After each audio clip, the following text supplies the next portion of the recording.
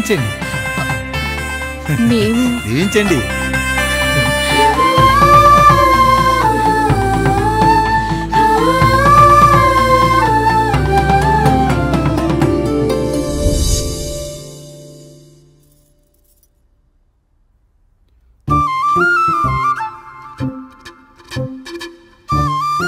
తింటారా?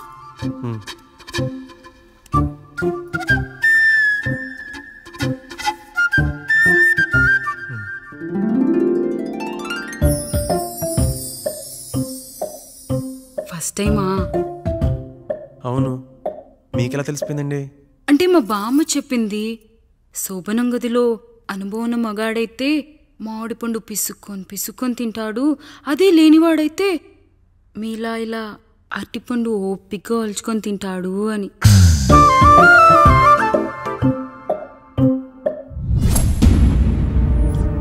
ఏంటవి?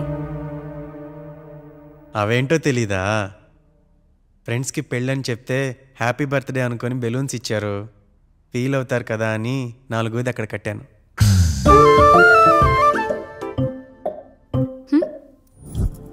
వచ్చాడు. పిల్లల గదిలోకి వెళ్ళారా? వెళ్ళారండి. మీరెంత ఏంటి ఇంత రాత్రి అయినా ఇంకా పడుకోలేదా? మీరు లేనిది ఎప్పుడైనా పడుకున్నామా అన్నయ్య? అందరం కలిసే కదా పడుకునేది మావయ్య. సరే సరే, అందరం పెద్దోడి గదిలో పడుకుందాం. ఈ రోజు వాడి శోభనం కదా, అసలే కొత్త. పక్కనుంటే ధైర్యంగా ఉంటుంది. పక్క నుండి దగ్గరుండి జరిపిద్దాం. పదండి.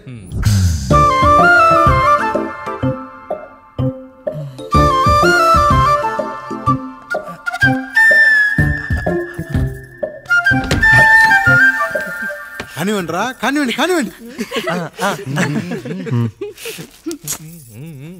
మీరేంటి మావయ్య ఇక్కడ పడుకుంటున్నారు? అదేంటమ్మా పెద్దోడా, చెప్పలేదా? మేమంతా కలిసే పడుకుంటామమ్మా. నువ్వు మాతో పాటే.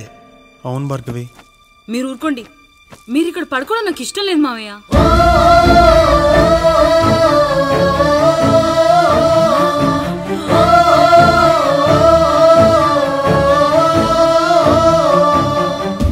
అదేంటమ్మా అలా అంటావు? ఎన్నో చూసాం, ఎన్నో చేశాం. దుక్కి దున్ని కోత కోయకుండానే ఈ విత్తనాలన్నీ మొలకొచ్చాయంటావా తల్లి? అవన్నీ నాకు తెలియదు మావయ్య. మర్యాదగా బయటికి వెళ్ళండి.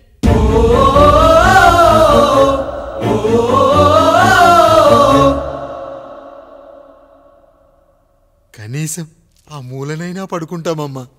నువ్వైనా చెప్పరా పెద్దోడా? అంటే తను ఇబ్బంది పడుతుంది కదా నాన్న.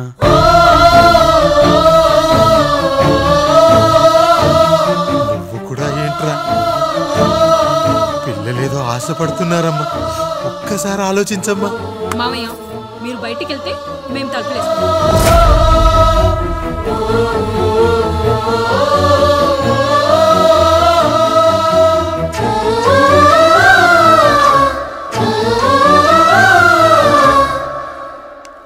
వేసుకోండి అమ్మా, వేసుకోండి.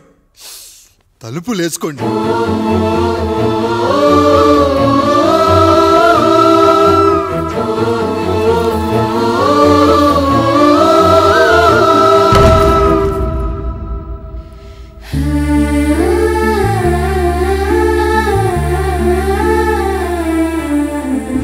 నాయుడు, బిడ్డలు జాగ్రత్త. ఈ రోజు నుంచి వీళ్ళంతా నీ తమ్ముళ్ళు చెల్లెళ్ళు కాదు, నీ బిడ్డలు.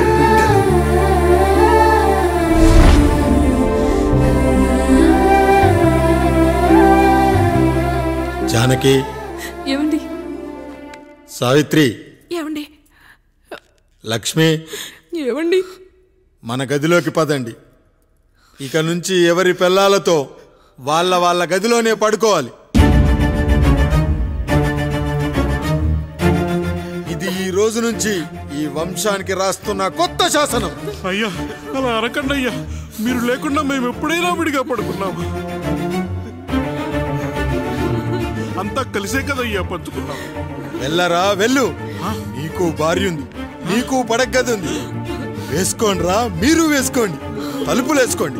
మీరు కూడా ఏంటండి పిల్లలేదు? చిన్న పిల్లల వాళ్ళని ఉయ్యాల్లో ఆడించేటప్పుడు పక్కనే ఈ నాన్నకు కావాలి. బడికెళ్ళేటప్పుడు పక్కనే ఈ నాన్న కావాలి. గుడికెళ్ళేటప్పుడు కూడా పక్కనే ఈ నాన్న కావాలి.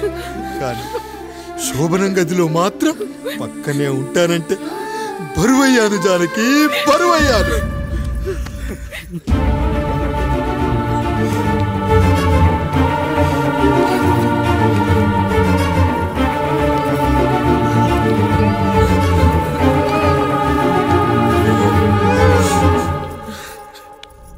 ఏంటండి ఇంకా అదే ఆలోచిస్తున్నారా? ఎలా మర్చిపోగలను లక్ష్మి? జరిగింది ఏదో జరిగిపోయింది, మీరు బాధపడకండి. ఎంత మాట అన్నాడో చూసావా? నా భార్య ఇబ్బంది పడుతుంది, బయటికెళ్ళండి నాన్న అన్నాడు. వాణ్ణి ఎలా పెంచాను? చదువుకుంటే పై చదువులకు వాడు వేరే ఊరు వెళ్లాల్సి వస్తుందని చదివే మాన్పించేశాను. జ్వరం వస్తే ఆ మాత్రలు చేదుగా ఉంటాయని నేనే మింగాను. నోరు తెరిచి అమ్మ కావాలన్నప్పుడల్లా ఎంతమంది అమ్మల్ని ఇచ్చాను. నాన్న అన్న ప్రతిసారి నాన్నల్ని ఇవ్వలేకపోయానని వాడికి నా మీద కోపమో ఏమో జానకి. నిజమేనండి, మనమంతా ఇలా లేమే. మన కుటుంబానికి దిష్టి తగిలింది. మా నాన్న మరణంతో ఆస్తిపోయి తమ్ముళ్ళతో నడి రోడ్డున పడ్డప్పుడు ఇలాంటి కష్టాన్ని మొదటిసారి అనుభవించాను.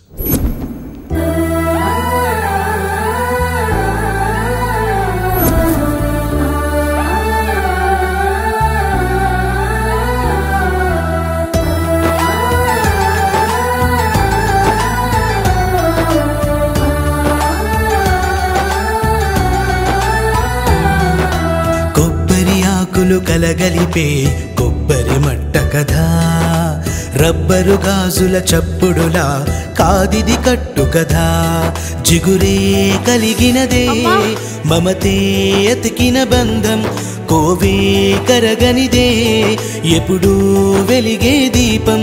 చెమటైన సాంబారే కష్టాలలోన ప్రేమ గిన్నెలో.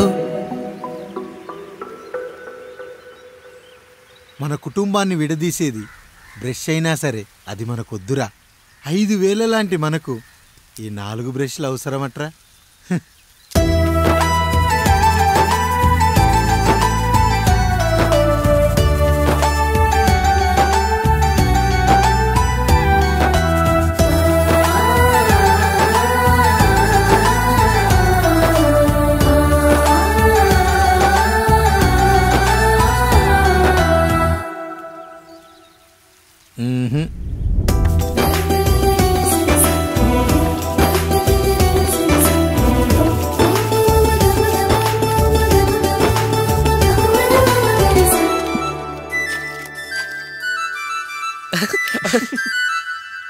తమ్ముడు చాలా ఎదిగిపోయాడయ్యా.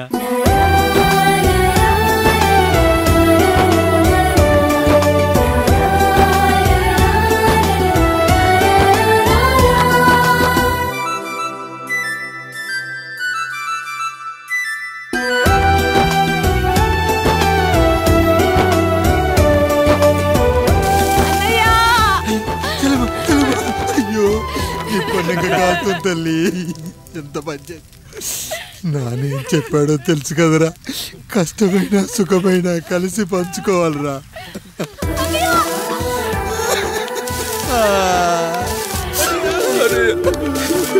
అయ్యో మరి నువ్వు వాత పెట్టుకోవా అన్నయ్య? మీ బాధ నా బాధ కాదట్రా.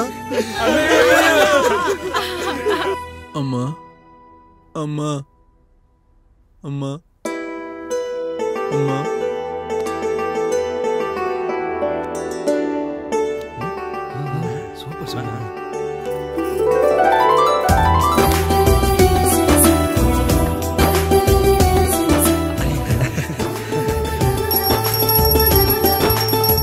నా భార్య లక్ష్మి అమ్మ ఇక నుంచి నీకన్నీ నేర్పిస్తుంది. ఏరా, చెల్లెళ్ళు అడిగితే అమ్మనిచ్చాను, తమ్ముళ్ళు అడిగితే ఇవ్వలేనా? జానకి, వీళ్ళు నా తమ్ముళ్ళు, ఇక నుంచి మన బిడ్డలు. అన్నయ్య, అమ్మ అన్నయ్య, మమ్మీ ఆ అమలాపురం, ఈ ఇచ్చాపురం, ఊహాపురం. నమస్కారం. పిల్లలు బడికొస్తారంట మాస్టారు. బాగా చదవండి. పై చదువులకి పక్కూరు వెళ్ళాలి. ఏ ఈ ఊళ్ళో చదువుకోకూడదా? మన ఊర్లో కాలేజీ లేదు కదయ్యా. ఎరా నన్ను వదిలి కాలేజీకి వెళ్తారా? నేను చదువుకుంది చాలదా? నా చదువులు మీ చదువులు కావా? మా కుటుంబాన్ని, మా అన్నదమ్ముల్ని విడదీసే ఈ చదువులు మాకొద్దు మాస్టారు, వద్దు. గోడలకు పిడకై తెగ బిగువై మురిసే బంధం, మేడలకు తడికై దూరంగా ఉండదులే. గేదెలకు పాకై గూడల్లే నిలిచే చందం, కాకులకు ఈకై ఊరిక నేరాలదులే.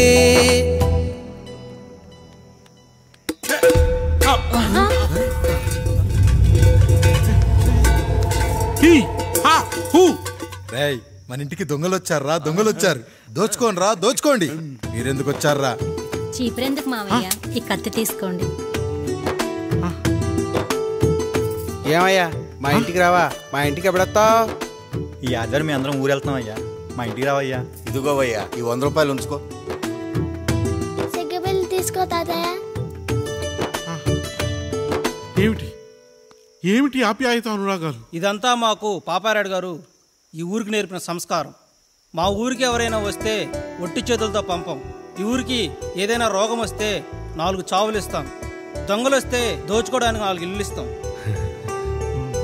అయ్యా, పేదరికంలో ఉన్న తల్లిదండ్రుల పిల్లల్ని పార్కుల నుండి, స్కూళ్ళ నుండి తీసుకెళ్లి బిస్కెట్లు, చాక్లెట్లు కొనిపెట్టి డబ్బుండి పిల్లలు లేని దుబాయ్ షేకులకు ఇస్తుంటే నన్ను కిడ్నాపర్ అని జైల్లో పెట్టారు.